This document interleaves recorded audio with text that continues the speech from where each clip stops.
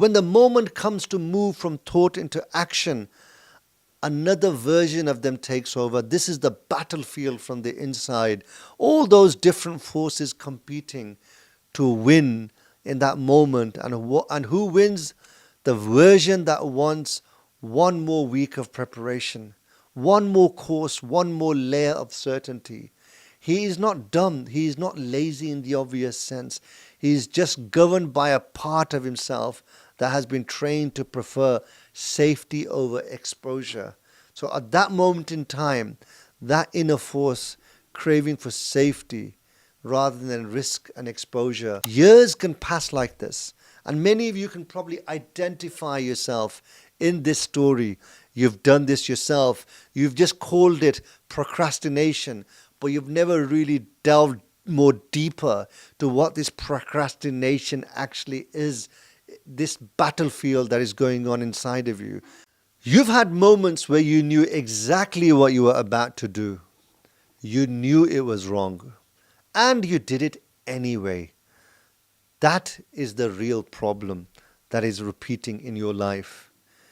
Before we go any further to dissect this behavior, I would like to request that you subscribe to this channel, because many of you are watching this without subscribing. So please click on that button below to subscribe. You keep thinking your problem is that you are inconsistent. That is not your real problem. As I've explained to you before in previous episodes, inside of you is like a battlefield. There's different forces pulling you in different directions. Your real problem is that the same version of you, the same dominant force keeps winning. Not the version of you that speaks well after the fact. Not the version of you that makes promises in quiet moments. Not the version of you that understands what is right when the dust has settled. I'm talking about the version of you that shows up in the moment when there is pressure, when there is temptation, when there is ego, when there is discomfort, when there is something to lose, something to gain, something to prove, and something to protect. You see this in small moments first. That is where it is easiest to ignore and most dangerous to dismiss. Let's run through a scenario. Let's say a man sitting in his office at his desk, staring at something he knows he needs to do. It's not complicated. It's not beyond him. In fact, he's thought about it many times. He knows the steps.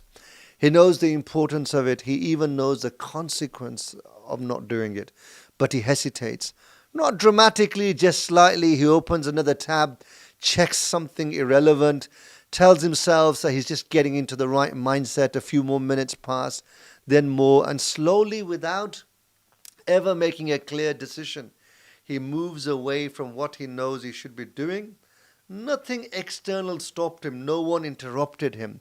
There was no real obstacle. And yet he didn't act, not because he didn't know, but because something else inside him was stronger in that moment. Yes, this has happened to all of us. We can identify that behavior in us. We see ourselves in that protagonist story. You can feel it if you pay attention. That subtle resistance, that quiet pull away from effort, that voice that doesn't sound weak at all. It sounds reasonable. It says things like, well, you'll do it properly later, or you're not in the right frame of mind, or it's better to plan this out carefully. It doesn't feel like avoidance. It feels like thinking. You've rationalized it. But if you're honest, you know what's happening. You are being moved away from what you already decided matters. Then the mind arrives to intellectualize what you have done. And this is where people misunderstand themselves. They imagine that once the mind begins speaking, reason has entered the room. Not necessarily. The mind is not always a servant of truth. Very often, it becomes the lawyer for whatever part of you is strongest in that moment. It starts shaping the feeling into a case. Why rush this? It needs to be done properly. You've been productive already. This isn't the best time. It doesn't feel like justification. It feels like insight. That is why it is dangerous. The mind will serve the dominant force at that time and will make the whole argument and action feel justified and will add rationalization to what you have just done. At the same time, another signal appears, quieter, less dramatic. It does not build a speech, it does not demand attention. It just lets you know briefly that this moment could go in another direction, that you could just start, that you could just act despite not feeling ready or wanting to do it. There is a flicker of awareness, a hesitation, a chance to move forward. You feel it, you really, really do. But for a second, as I've said, these are the two forces which are fighting together inside of you, sitting in the same space. So this is one version of you, and this is another version of you. One that moves, one that delays, one that acts, one that withdraws, one that follows through, and one that escapes back into comfort. Then you choose, not in a grand theatrical way, not by announcing the decision. You just choose subtly. You scroll, you click, you move away. That's it. You just enough to shift your direction, just enough to abandon what you already knew you should be doing. And from that moment onwards, everything else follows. You are no longer dealing with the task itself.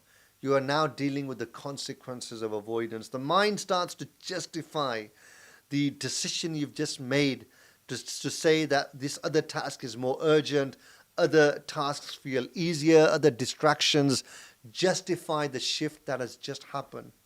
You are no longer in the present decision. You are inside a pattern that has already taken over, a pattern that you may have recognized that is repeating itself over and over again in your life. And because it feels natural, you mistake it for the truth. You think it was the right thing to do at that moment in time.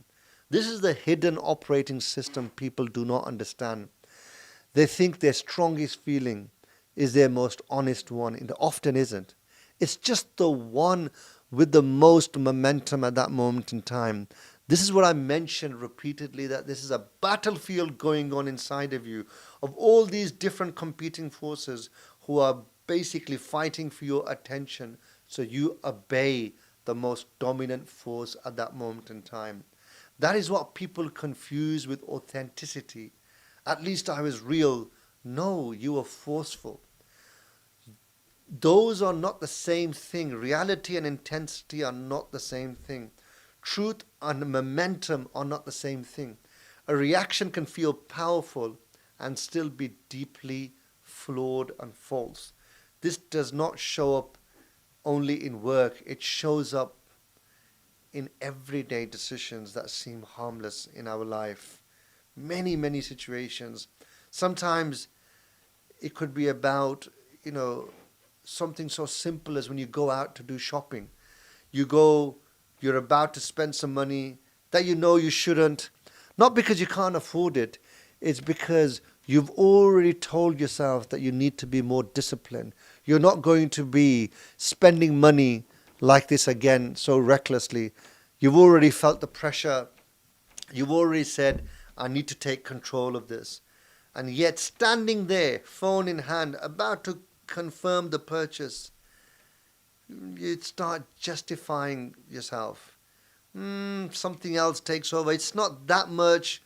You deserve this. You've been holding back anyway. You've been good lately.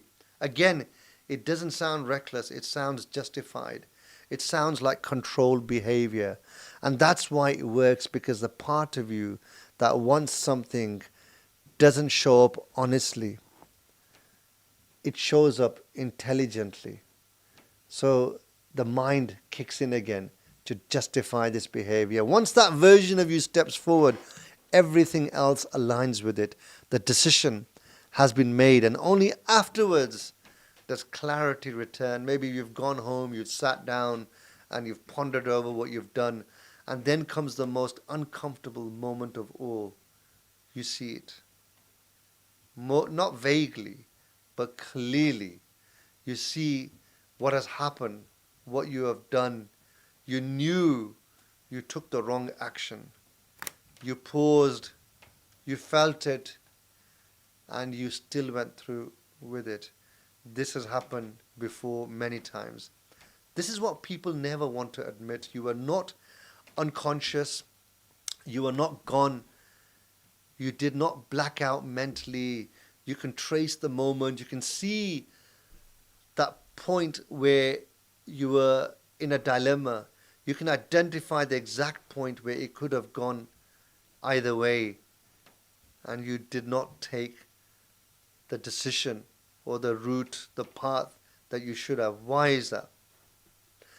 Again, because the strongest force inside you in that moment was not the part that knew, it was the part that wanted, the part that justified, the part that preferred ease over effort, and the part that has been trained up until now to behave in that manner. All these patterns are trained patterns that you have been training up until now, and they are now just confirmed patterns of behavior. That is the real issue. Not that it exists, it will always exist. The issue is that it has been trained to win. This is why some people remain trapped despite knowledge. They think knowledge should be enough. It isn't. Knowledge tells you what is right. The training that you have been doing over the years in terms of practice determines what you do when it costs you something. Those are not the same thing. And this plays out in many ways in our lives, even on a more quieter, subtle basis. There are moments when nothing happens externally at all. No pressure, no argument, no visible decision, just you and your own intention. Maybe it's something as subtle as when you wake up in the morning. You tell yourself, you'll wake up early. You set the alarm clearly. You believe it when you say it. And then the moment comes, the alarm goes off. And in that exact moment, there is a negotiation. Not loud, not dramatic, just a subtle shift. 5 more minutes. You need the rest. You'll still have time later. And just like that, the decision is made not by your sort of decisive plan, but whatever part of you was strongest when it mattered. The part that wanted comfort. That is the real problem. And it goes far beyond these small moments. There are men who say they want to build something meaningful with their lives. They are sincere when they say it. They read, listen, attend, plan, and discuss these plans in detail. They know more than enough to begin, but when the moment comes to move from thought into action, another version of them takes over. This is the battlefield from the inside. All those different forces competing to win in that moment. And who wins? The version that wants one more week of preparation, one more course, one more layer of certainty. He is not dumb. He is not lazy in the obvious sense. He is just governed by a part of himself that has been trained to prefer safety over exposure. So at that moment in time, that inner force craving for safety rather than risk and exposure won. Years can pass like this. And many of you can probably identify yourself in this story. You've done this yourself. You've just called it procrastination, but you've never really delved more deeper to what this procrastination actually is, this battlefield that is going on inside of you. And you've just labeled it simply, vaguely as procrastination. Going back to the same protagonist, or maybe it's you, you still say to yourself, okay, I'm working on something, but in reality, the same version of you has been winning all along and has been repeating the same pattern on loop. Or consider someone who genuinely wants to improve themselves. They understand what's right. They feel it deeply. They've committed internally. But when the moment comes to act against desire, to restrain themselves, to choose discipline over impulse, another version steps forward. One that sounds calm, reasonable, even wise at that moment. Not now. Tomorrow. Do it tomorrow. Take it slowly. Don't be extreme. Don't be harsh on yourself. And again, it feels like a balanced argument, but often it is just the mind helping desire stay in control. Let that land for a moment. It's the mind convincing you so you allow the desire to stay in control and win in that moment in time. Now this is one of the biggest deceptions, the most deepest deceptions in human behavior. The mind is not always the highest moral authority. It often becomes a translator for whatever is that strongest force at that moment in time. It makes what you want sound reasonable. It dresses everything in logic. It calls surrender balance. It calls that delay wisdom. It calls the weakness realism. And because people live in thought, they trust whatever can explain itself the best. As I've mentioned repeatedly, all those different forces competing for your attention, when they manifest in a thought, you think it's you, it's coming from you, and you can trust it. You don't know all the different things which are competing for your attention, what they are, how the battlefield is unfolding inside of you. This is why people stay trapped while sounding intelligent. Look at public life and you'll see the same pattern at scale. It could be politics. People begin with clarity, with purpose, with strong intentions, and over time, pressure, environment, and reinforcement change what becomes dominant. Decisions change, priorities change, not because they don't know any better. It's because something else inside of them has been strengthened repeatedly until it leads. Different situations, same system, the same version keeps winning on the loop as a repeated pattern because it's been trained to win. Every time you follow a certain impulse, you strengthen it. Every time you justify it, you reinforce it. Every time you ignore the quieter voice inside of you, you weaken it. Over time, this creates a hierarchy inside of you. So some parts dominate others, and the weaker parts slowly start fading, or they go lower in the hierarchy and have less force to be able to compete with the dominant forces inside of you. And once that hierarchy is set, your behavior feels automatic. That's why you are on like autopilot when certain situations trigger you. You call it personality, but you have got there due to a trained position of repeated behaviors and patterns. So the real question is no longer what do I know? The real question is what have I trained? How did I get here in the first place? What part of me do I obey without hesitation? What part of me do I ignore until it's too late? Because that explains everything that is happening inside of you. You're not waiting for a better version of yourself to appear. That version always existed. You are just supposed to strengthen it inside you. That is the difference. And this is how you become better, through understanding alone and realizing this human operating system inside of you and how it operates through repeated obedience to what you already know.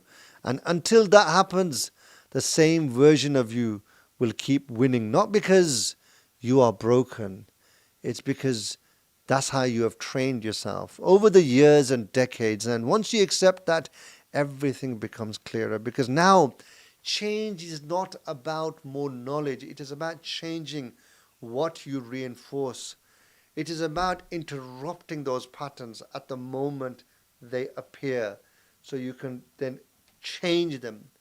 The moment you feel that shift is the moment where something inside of you starts moving and shifting, so you can start creating newer patterns and better decisions can be made. And whichever version of you that you follow in that moment is the one that will be dominating your life and will get stronger and stronger. And that is the system. That is what is running your life. It's like the software running in your phone. You have to keep updating it ever so often. The human operating system is no different. You have to continuously update it. Maybe the software that it's running on at this moment in time is now virus infected. You are following a certain behavior which you are no longer happy with. It's carrying out certain commands which are inconsistent with your values. That's why you need to delete this software and download a new software which will help you to update this operating software that is running your life. And that is the moment when you will be able to take control again and begin to change. Just to repeat again, as a final summary, there's a version of you that keeps showing up in the moments that matter. Not when you're thinking clearly, not when you're reflecting, not when you're making promises to yourself that you are not going to do this again. It's in those moments when it's uncomfortable, when it's tempting, when it costs you something to do the right thing. That's the version that is running your life. And the uncomfortable truth is that it's not the one you talk about, it's the one you obey. Every time you follow it, you strengthen it. Every time you justify it, you protect it. Every time you ignore the quieter voice, you weaken the part of you that actually knows better. This is why you see people, what we call double-faced, full of hypocrisy. They project one version of themselves to people with the mask that they are wearing, but the inner reality is something else. So they have a version they think that they are, but there is a version what they actually are, which is dominating their behavior. So stop asking yourself why you keep repeating the same patterns. That's the wrong question. Ask yourself this instead, that why am I doing this again and again? Which version of me do I keep obeying even when I know it's wrong? But that's the version you're becoming. That's the one you admire, not the one that you speak about, not the one that you plan to be. The one you follow in the moment is the one that is dominating your life. Until you don't do something about it, nothing will change. Not your habits, not your results, not your life, because your life is not shaped by what you understand. It is shaped by what you reinforce on a daily basis. So the next time you feel it, that pull, the urge, that internal shift, don't wait until afterwards to reflect. Catch it there in that moment and choose differently. Stay connected with us. In the next episode, we will go deeper into this human operating system to help you understand it even better and see how your life fits into this human operating system and what you can do to take back control. Also, don't forget to subscribe to the channel so you can get automatic updates about all our future episodes.